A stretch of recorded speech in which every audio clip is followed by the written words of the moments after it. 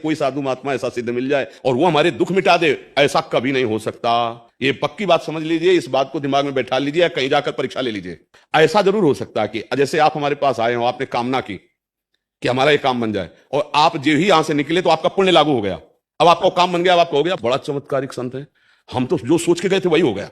बिल्कुल आपको सच्ची कह रहे हैं, इसमें आपका कर्म है, आपका पुण्य कर्म काम कर रहा है। और बोले यार जो जिस दिन से हम गए उस दिन से हमारा घाटा ही घाटा शुरू हो गया। वो संत से नहीं, वो आपका पाप कर्म लागू हो गया। इस राशियों को लोग जानते नहीं। और बोले हम पक्का कहते हैं हमारा काम बन गया। क्या काम बन गया? क्या तुमने मृत्यु पर विजय प्राप्त कर ली? क्या काम पर विजय प्राप्त कर ली? क्या क्रोध पर? तो फिर काम क्या बना? वही जब काम चाहे तब गिरा दे, क्रोध चाहे गिरा दे। काम क्या बना? काम तो संतों से तब बनता है जब उनके उपदेश के अनुसार चलें और हम इन विकारों पर विजय प्राप्त करके सच्चिदानंद भगवान को प्राप्त करें। अब भाई अध्यात्म कम ही लोग सुनने वाले होते हैं, कम ही लोग चलने वाले होते हैं, तो हमारी बात तो कड़वी लगेगी, पर ये कड़वी दवा है, अगर खा लिए तो स्वस्थ हो जाओगे, पक्की बात है।